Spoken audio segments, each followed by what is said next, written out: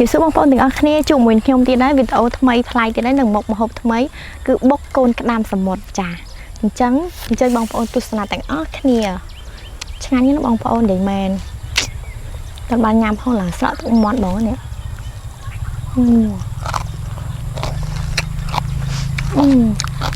tỏ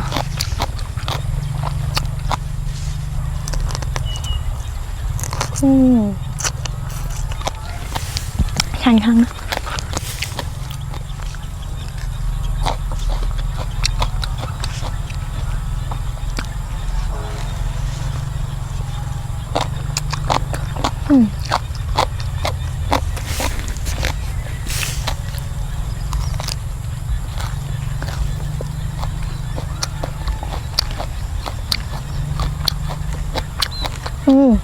đạp thay một chút một cái thông thấy càng là chanh mà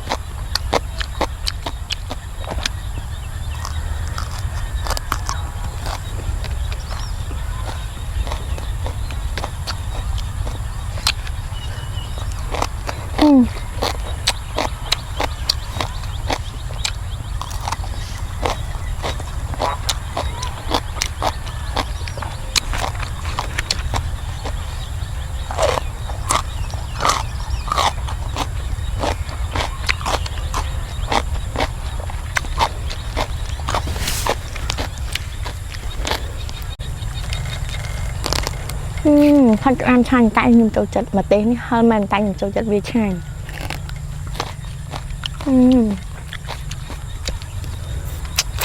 chết mà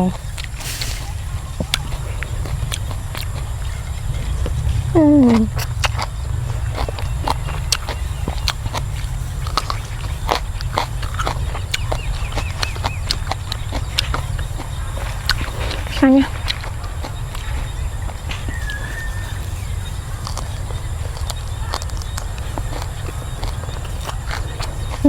rồi tôi không thấy chanh nào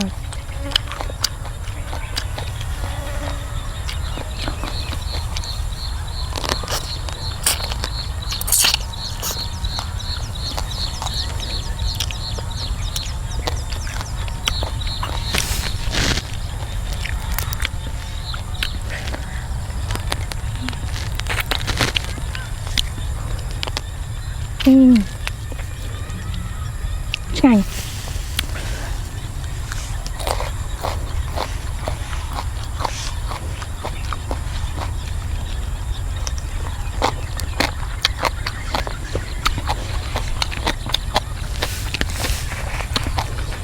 mình chết mình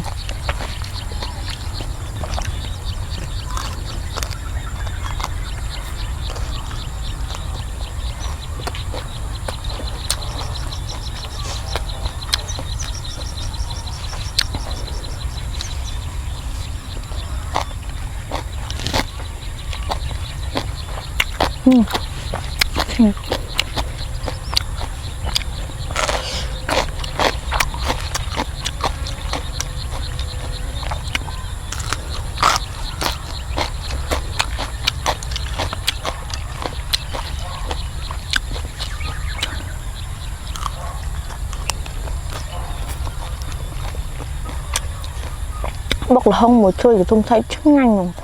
đây thiệt khi mà bọc rồi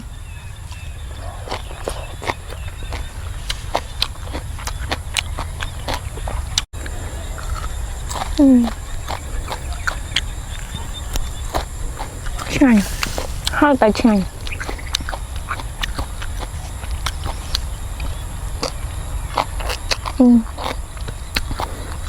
ăn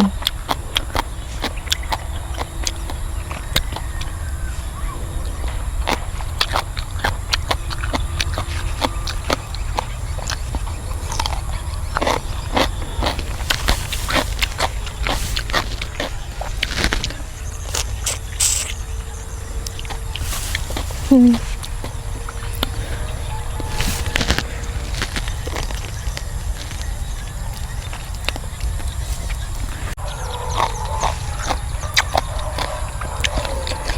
ប្អូនចង់បានវីដេអូថ្មីៗប្លែកៗបងប្អូនជួយ Subscribe ចុចសញ្ញាកណ្ដឹងនិង Like ឲ្យ Channel នេះខ្ញុំម្នាក់មួយផងបងប្អូនទាំងអស់គ្នា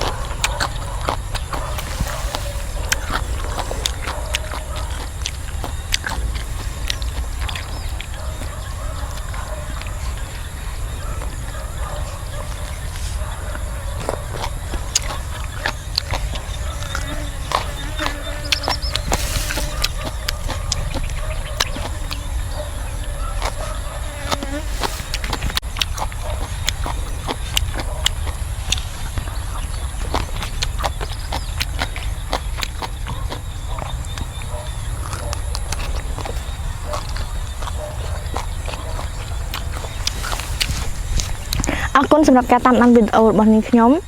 តាមរហូតដល់ចប់អញ្ចឹងបើចង់បានវីដេអូប្លែកៗកុំភ្លេចណា Subscribe និងចុចសញ្ញាកណ្ដឹងនិង Like ផងចាបាយបាយ